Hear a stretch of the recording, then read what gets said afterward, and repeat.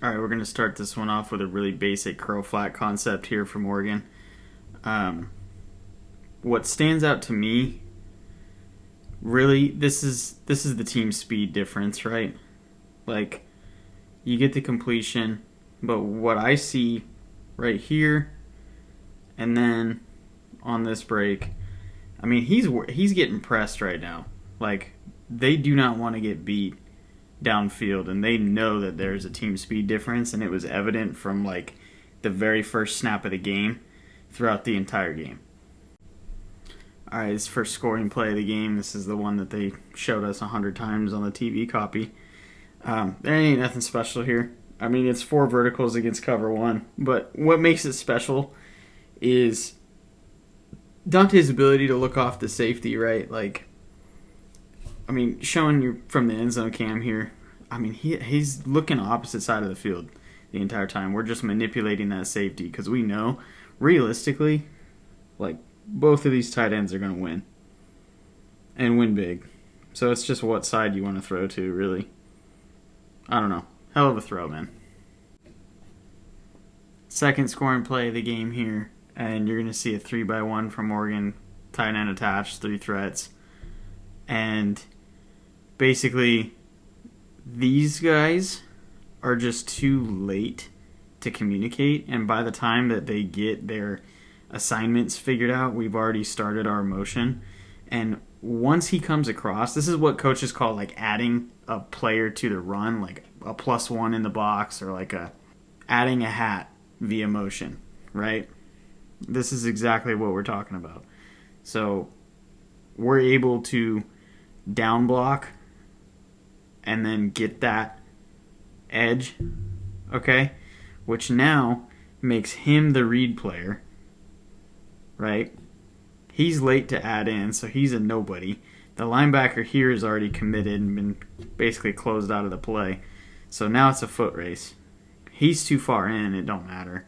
So it's really just a race to the pylon, and then obviously, I mean, just based on assignments alone and just play recognition and being in the right spot at the right time, like, you won that race. That and athleticism. Let's not forget athleticism. All right, this one we're going to go over, and then we're going to immediately jump to the first interception because it's the exact same play. Okay, so it's a 0 call from JMU. You got man, okay, and the pre-snap motion that gets you that 4/1 to the field. This safety is going to do a bump call, and basically that means like he's got flat, and this guy takes first inside threat. What you like here is you have a 1-on-1 to the boundary. You trust your guy. He's going to win, 99 times out of 100, right? Great. Let's jump to the pick because it's an eerily similar look, okay? So basically same formation, same pre-snap, okay? They got you on this one. Like, straight up. Credit to JMU, great staff, great in-game adjustments. Like, they got you, okay? Because they walked everybody down. Same look, same everything, okay? But this safety's walked down, so you know he's coming, okay? And they bump the outside linebacker out to account for your motion. So now you have 4/4. Okay, so it still kind of looks like, oh, this could be man. Okay, he's in man, right? But these two are going to bail and make that window messy, which is exactly what this defensive call was made for. And they straight up get you. Like, we could talk about DPI, because I think there's a legit case here for some DPI and some jersey grabbing and some you can't trip my receiver type deal here. Ultimately, what I would like to see is post-snap, because we predetermine based on the look, and we've done this before, and we've repped it all week, and we know what we're going to get, and we know what JMU is going to do, and this is the look that they're going to give you on the 40 before you cross the 50. Like, we've done this a million times. Okay? This is predetermined. They rep this. What I would like to see is post-snap. Okay, at game 13 of the season, right? Post snap, if it looks muddy, we gotta, like, this is where we get creative. This is where we roll out. This is where we check to this side of the field. This, like, I get that you trust your guy and you think he's gonna win, but what I haven't seen from a developmental standpoint yet, he's got all the talent in the world. Like, I'm not trying to knock on Dante, because he's legitimately a top 5 quarterback in the sport, and he's going to be a top 5 draft pick whenever he goes. But we saw this in the Indiana game. We're seeing it here. This is just one rep. But I want to see Dante make on field post snap the adjustment to the adjustment. That is what I'm looking for. And I don't know if that's fair criticism or not, but that's kind of where I'm at right now. This one is just beautiful from just a play design standpoint. This is what we like to call delivering the block via motion, right? We're going to motion him out, and we're going to get tossed to the side here.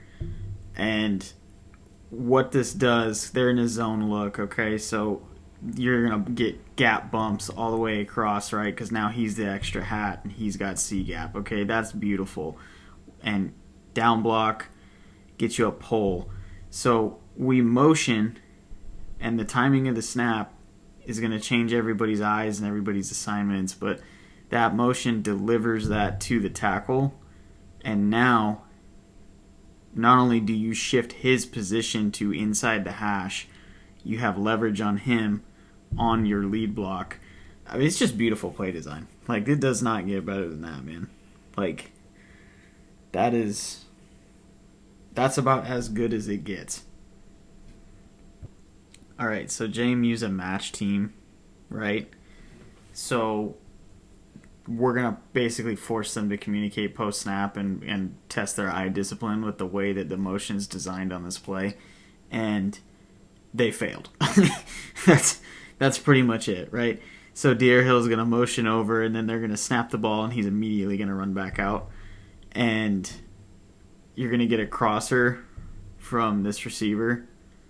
So he's going to match onto him, because at the time that we snap the ball, he's on this side of the field. Okay? So that changes his responsibilities. And he thinks that he has help, and he don't have no help. It's really that simple, right? So he's matched onto him, he's cheated over, ready to pass it off, and we don't get a pass off.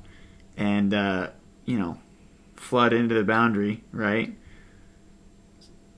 Wheel right up to the tight end. I mean, Sadiq makes a hell of an adjustment to catch the ball here, but that's just a major bust for this guy right here.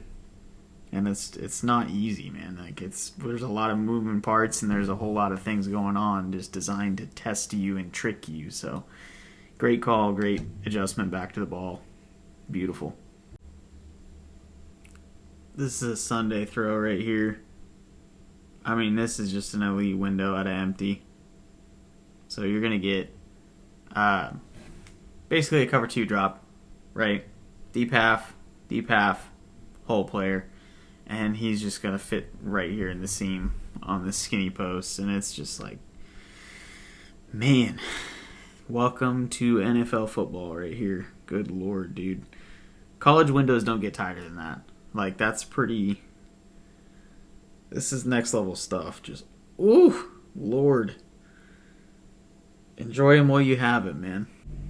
All right, we're going to finish this one off with the goal line interception. So, kind of looks like man. This is, I don't know exactly what they call it, but it's a very common, like, red zone goal line defense where basically these guys are just going to split the field into their thirds, and they're just going to play whatever receiver comes into their area. It's basically glorified zone coverage, and then solo side you have man-to-man. So, and everybody else is coming. So, what Oregon's trying to do is they're trying to run slant, flat. It's a rub, except for JMU's not in man-to-man. So, a couple things happen here. They're not in man-to-man, right? Because they're passing this off. So that's why everybody's staring at Dante, like zone eyes up the yin yang, right? So second thing is the rush just forces him to adjust ever so slightly, which I'm going to show you the end zone copy here. Yeah, we got to change our arm angle so it floats on us. And that's what happens when we have an unblocked defender, right? So just good on JMU. It is what it is. I mean, we're way in garbage time at this point. Like, I can't remember what the score is, but it's got to be like a 4 or 5 score game. So it is what it is.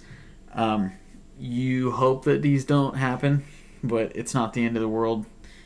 So, yeah. Anyway, that's all I got for offense. So